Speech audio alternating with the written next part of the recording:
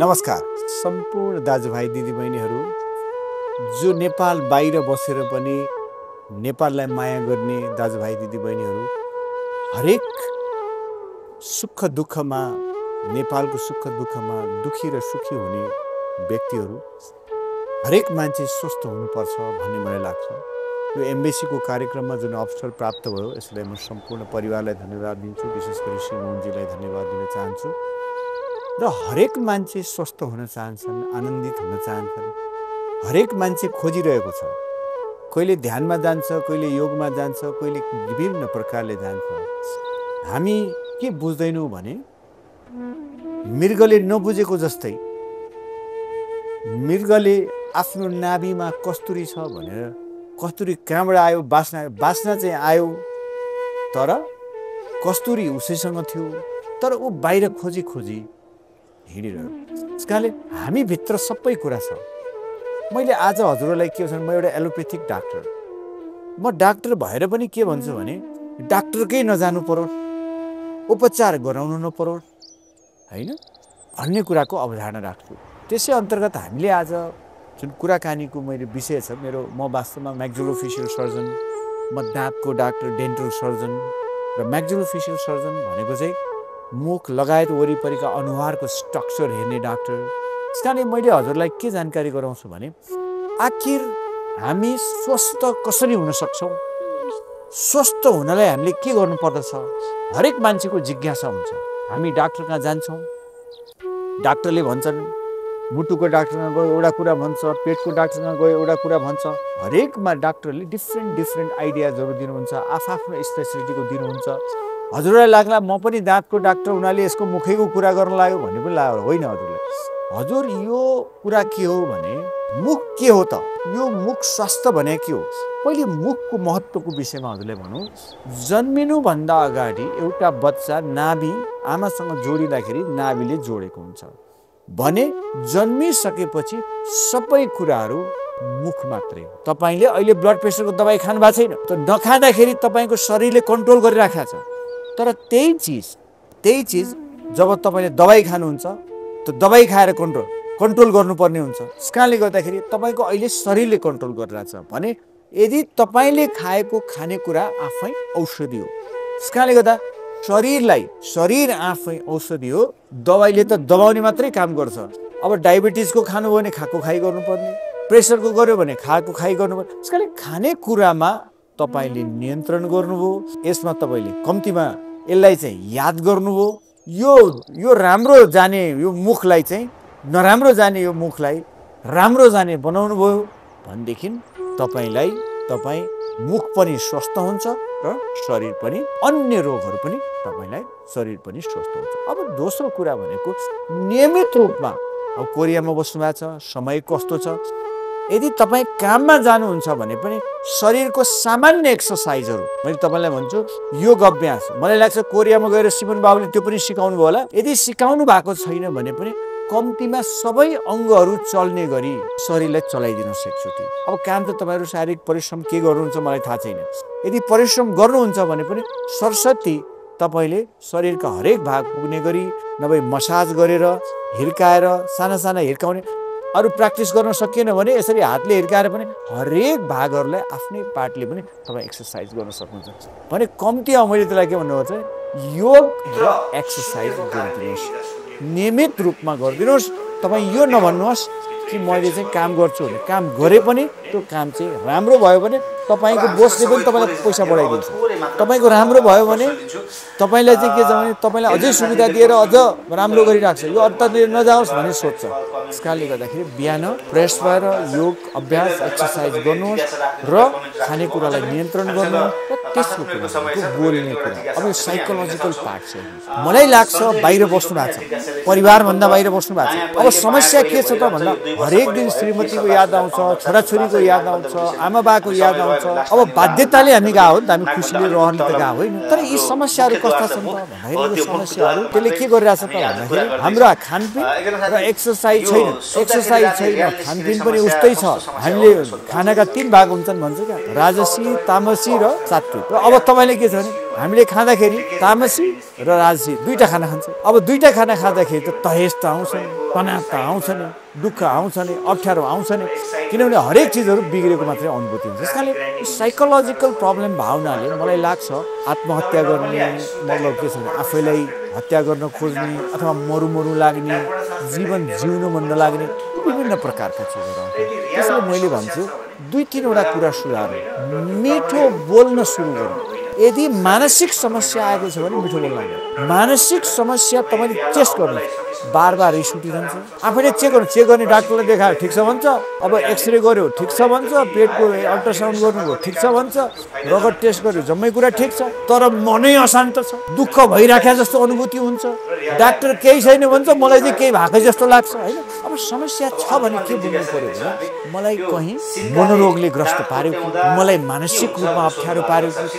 त्यसैले यो मानसिक रोगले के गर्दो रहेछ भने मैले सामान्यतया के भन्नु चिन्ताले चित्तासँग लग्छ भन्ने कुरा हजुर सुन्नुभएको छ। किन सामान्य घाउ पनि तपाईँले त्यसलाई चिन्ता गर्दा गर्दा त्यो क्यान्सरमा पर्यो, अप्ठ्यारोमा पर्यो।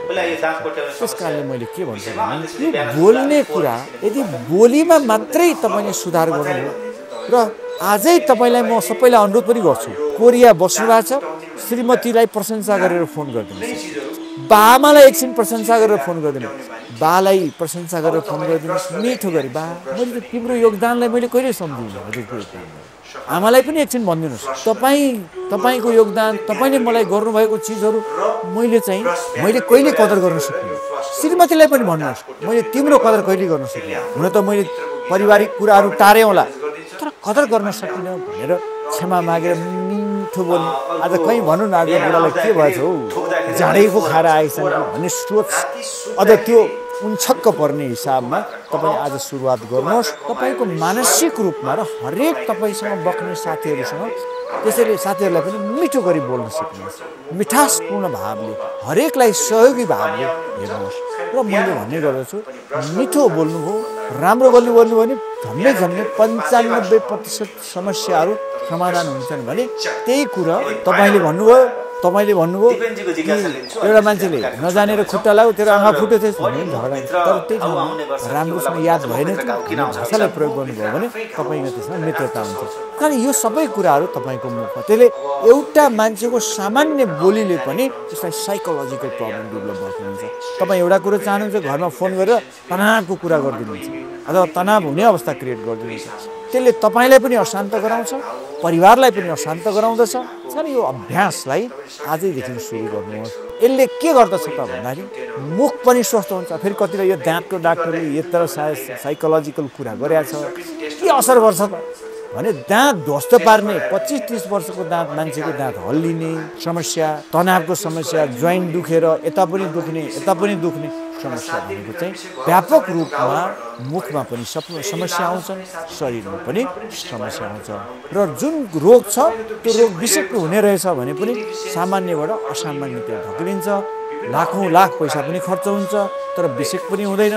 तर हामीलाई के भएको भने हामीलाई पनि थाहा हुँदैन। त्यस कारणले जीवनलाई एकदमै सहज र आजदेखि तपाईँहरूले के गर्नु पर्यो त भन्दाखेरि कम्तीमा पनि मिठासपूर्ण बोल्नुहोस्, घरैदेखि सुरुवात गर्नुहोस् र साथीभाइसँग सुरुवात गर्नुहोस्। र चौथो कुरा लास्ट कुरा भन्छु म, अब तपाईँहरूले के गर्नु पर्यो त यो मुख स्वस्थ, मैले अघि भने प्रमुख द्वार हो, त्यो द्वारलाई गेट साफ त पेट साफ, फेरि भन्छु गेट साफ त पेट साफ भयो भने रोगै राख्छ ल जा हैन। त्यसकारण योलाई सफा गर्न के गरी सफा गर्नु। अब म दाँतको डाक्टरमा आएँ नि त, फेरि तपाईँले सफा गर्दाखेरि यो मैले अघि नै भने ब्रस मात्रै होइन, तपाईँले खाएको कुरा पनि महत्त्वपूर्ण छ। त्यसले खाएको कुरा त आफै ब्रस हो, मैले अघि नै भनिसकेको छु। त्यस कारणले गर्दाखेरि तपाईँहरूले ब्रस चाहिँ कम्तीमा राति सुत्नुभन्दा अगाडि याद गर्नुहोस्। यदि तपाईँहरू बिहान त हरेक मान्छेहरू गर्नुहुन्छ होला, अब राति सुत्नुभन्दा अगाडि कहीँ त सुत्नुहुन्छ ब्रस गर्नुहोस्। र दाँतका हामी 3 भाग मात्रै ब्रस गर्छौँ, एउटा गालाको भाग, टोक्ने भाग अनि जिब्रोको भाग। फेरि भने गालाको भाग, टोक्ने भाग र जिब्रोको भाग, तालुको भाग, जिब्रो वा तालु। त यी 3 भाग मात्रै ब्रस गर्छ, यसले पुग्दैन। अब तपाईँको दाँतमा 5 भाग हुन्छ, 2टा दाँतको बिचको भाग, यस्तो 2टा दाँतको बिचको भाग, त त्यो 2टा दाँतको बिचको भागलाई पनि सफा गर्नुपर्छ। यदि ठाउँ छ भने साना ब्रसहरू आउँछन् दाँतको बिचमा प्रयोग गर्ने, जसलाई इन्टरडेन्टल ब्रस भन्छ। र स्पेस छैन त्यहाँ चाहिँ खाली ठाउँ छैन भने चाहिँ धागो युज गरिन्छ जसलाई हामी डेन्टल फ्लस फेरि घरकै धागो युज गर्नु त्यो फेरि त्यसले पनि बिगार्छ त्यस कारणले गर्दाखेरि त्यो तपाईँले डेन्टल फ्लस भन्ने जुन वेक्स गरे हुन्छ त्यो चाहिँ तपाईँले युज गर्नुभयो भने त्यो दुईवटा भाग जुन हाम्रो छुटेको भाग छ त्यो पनि सफा अब ती पाँचै भाग सफा हुने गरी राति सुत्नुभन्दा अगाडि र बिहानै उठ्नु कति साथीहरूलाई फेरि भ्रम छ बिहानै उठेर ब्रस गर्नै पर्दैन राति त ब्रस गरेपछि त बिहान खाएकै हुँदैन किन ब्रस गर्ने हैन खाना खाएपछि म ब्रस गर्छु भन्ने कुरा पनि छ फेरि के हुन्छ भने राति सुत्दाखेरि तपाईँले देख्ने तर राति जुन हाम्रो थुकमा यति इम्पोर्टेन्स हुन्छ त्यहाँ चाहिँ एन्टिब्याक्टेरियल प्रपर्टिज हुन्छ जसले गर्दाखेरि के हुन्छ ब्याक्टेरियालाई मार्ने काम गर्छ तर थुक राति कम आउँछ मुख चल्दैन जति मुख चल्यो त्यति थुक मुख जति चल्यो त्यति थुक धेरै आउँछ र जति कम चल्यो त्यति थुक कम आउँछ अब राति सुत्दाखेरि त हामी मुख बन्द गरेर सुत्छौँ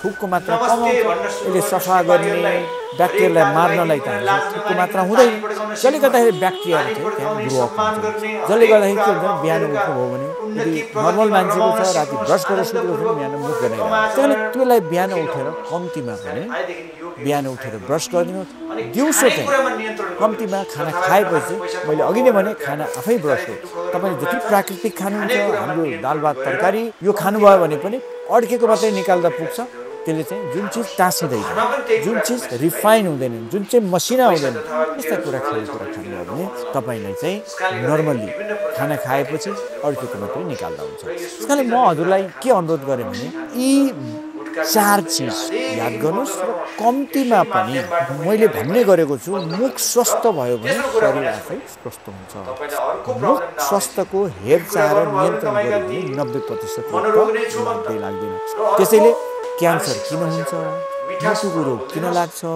पेटको रोग किन लाग्छ यी सब तपाईँ बुझ्नुहोस् त्यो डाक्टर सोध्नुहोस् मलाई किन पेटको रोग लाग्यो सोध्नुहोस् भन्नुहोस् तपाईँलाई मुटुको रोग मलाई किन लाग्यो होइन यही पापी मुख हो म तपाईँलाई अहिले पनि भन्छु यही मुख हो यसलाई सुधार्नुभयो भने समस्या समाधान पनि हुन्छ यसलाई नियन्त्रण गर्नुभयो भने समस्या समाधान पनि हुन्छ यसलाई तपाईँले नियन्त्रण गर्नु भएन भने यसले तपाईँलाई नै सिद्धाइदिन्छ त्यस कारणले मुख स्वस्थ भयो भने शरीर आफै स्वस्थ हुन्छ यति बुझ्नुभयो भने तपाईँ स्वस्थ हुनुहुन्छ तपाईँ स्वस्थ हुनुभयो भने तपाईँ समझदार हुनुभयो भने स्वस्थ मान्छे समझदार हुन्छ मैले अघि नै भने इरिटेसन हुनु बार रिसाइरहनु समस्या आइरहनु भनेको त्यो रोगी हो त्यसकारण त्यो रोग रहेछ मनोरोग रहेछ भन्ने बुझ्नु पर्यो त्यो रोगी रहेछ भने तपाईँ स्वस्थ हुनुभयो भने तपाईँ मनोरोगबाट मुक्त हुनु अब यी चार कुरा हुनु भने तपाईँसँग स्वस्थता पनि बढ्यो मनोरोगबाट पनि मुक्त हुनुभयो अब तपाईँले यो समझदारीपूर्वक श्रीमतीसँग कुरा गर्नु सम्बन्ध सुध्रिहाल्यो छोरासँग कुरा गर्नुभयो सुध्रिहाल्यो बाबासँग कुरा गर्नुभयो सुध्रिहाल्यो